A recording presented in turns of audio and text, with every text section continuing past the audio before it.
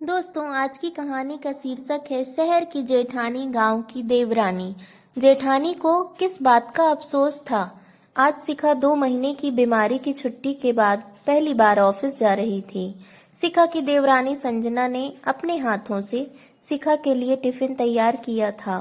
वह किचन से बाहर आते हुए बोली, भाभी, आपका टिफिन। और शिखा के करीब पहुंची तो शिखा उसे गले लगा लिया। शिखा की आंखों से आंसुओं की झड़ी लग गई। उसके मानस पटल पर अतीत की यादें किसी चलचित्र की भांति अंकित होने लगी। छोटे से गांव से माया नगरी मुंबई के पॉश इलाके में बहू बनकर आने वाली संजना के लिए अपनी ससुराल की राह पहले दिन से ही कठिन बन गई थी। शादी के बाद अपनी इकलौती जेठानी के पैर छूने के लिए झुकी तो शिखा पीछे हटते हुए बोली, ओह, व्हाट इज दिस? यह किस जमाने में जी रही हैं? गवार कहीं की। आजकल कोई पैर छूता है क्या? यह हाईटेक युग है। हाय हेलो और हक करने का जमाना है। लगता है यह लड़की एजुकेटेड भी नहीं है। फिर तो भाभी से गले मिल लो संजना, सुमित ने हंसते हुए कहा। संजना आगे बढ़ी तो शिखा ने नाक सिकोड़ते हुए कहा, बस बस, दूर से ही नमस्कार कर दो, मैं मान लूंगी। संजना दोनों हाथ जोड़कर नमस्कार कर आगे बढ़ गई थी। शादी के पहले दिन से ही जेठानी शिखा का पारा 7वें आसमान पर चढ़ा हुआ था। हाईटेक सिटी मुंबई की गलियों में बचपन बिताने वाली शिखा को किसी ठेठ गांव की लड़की बतौर अपनी देवरानी कतई पसंद नहीं थी। शिखा ने अपने देवर सुमित की शादी अपने मामा की इकलौती बेटी लीना से करवाने के लिए बहुत हाथ पैर मारे थे, परंतु सुमित ने उसकी एक न सुनी थी। लीना मॉडलिंग करती थी और शहर के स्थानीय फैशन शोज में नियमित रूप से शरीक होती थी। शिखा किटी पार्टियों, शॉपिंग व पिकनिक की जबरदस्त शौकीन। वह चाहती थी कि उसके परिवार में ऐसी ही कोई मॉडर्न लड़की आए ताकि जेठानी देवरानी में बेहतर तालमेल बना रहे।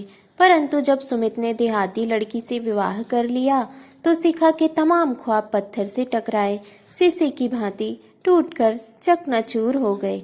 वह जल भुनकर रह गई। सुमित मेडिकल का छात्र था। जब वह एमबीबीएस की अंतिम वर्ष में स्टडी कर रहा था तब अपने मित्र रोहित के विवाह में शरीक होने उसके गांव गया था। वह पहली बार किसी गांव में गया था। गांव के प्राकृतिक सौंदर्य को देखकर सुमित को पहली नजर में ही इस गांव से प्यार हो गया था। वह शादी के बाद भी कई दिनों तक अपने दोस्त के घर पर ही रुक गया था। अपने दोस्त के विवाह में ही सुमित ने संजना को देखा था और संजना उसे पसंद आ गई थी। रोहित के विवाह के बाद सुमित ने संजना के बारे में छानबीन किया।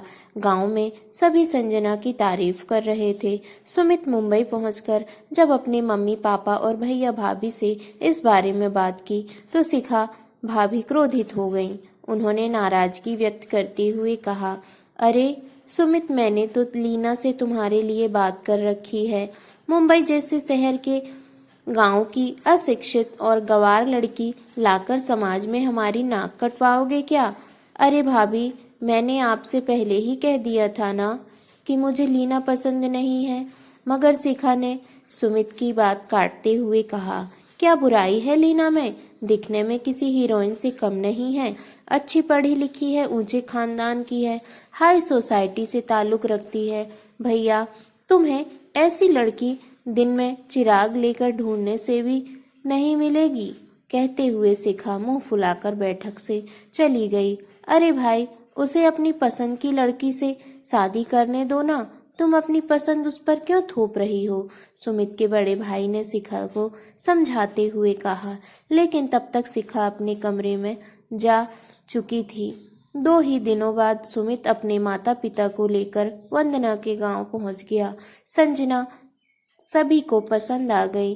चट मंगनी और पट ब्याह हो गया। शिखा की नाराजगी के बावजूद संजना इस घर की बहू बनकर आ गई। संजना को विवाह के पहले दिन से ही अपनी जेठानी शिखा की नाराजगी का शिकार होना पड़ा था।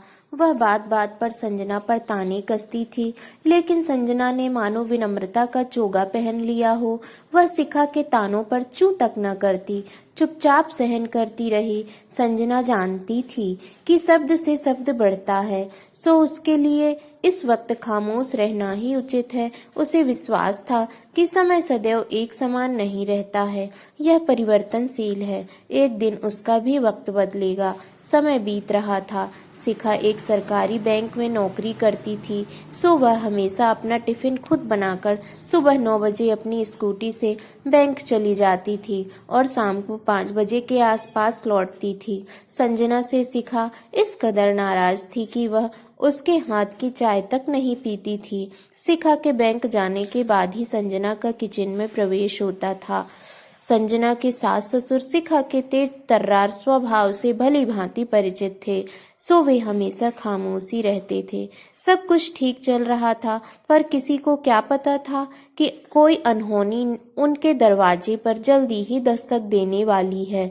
एक दिन शाम को बैंक से लौटते वक्त किसी टेम्पो ने शिखा की स्कूटी को पीछे से जोर से टक्कर मार दी। शिखा को काफी चोट आई थी। उसे हॉस्पिटल में एडमिट कराया गया। एक सप्ताह बाद जब शिखा हॉस्पिटल से घर आई तो शिखा संजना से सॉरी कहती है। भाभी, आप बड़ी बहन के समान हैं, जिसे अपनी छोटी बहन को डांटने और फटकारने का हक तो होता है ना, फिर भला मुझे बुरा क्यों लगेगा? आप माफ़ी की बात करके मुझे शर्मिंदा ना करें, यह तो आपका विनय है भाभी। कहते हुए संजना ने अपनी जेठानी को बाहों में भर लिया। दोस्तों, आपको ये कहानी कैसी लगी प्लीज़ कमेंट करके बताएं और लाइक करें और हमारे चैनल को सब्सक्राइब करें। Thank you for watching.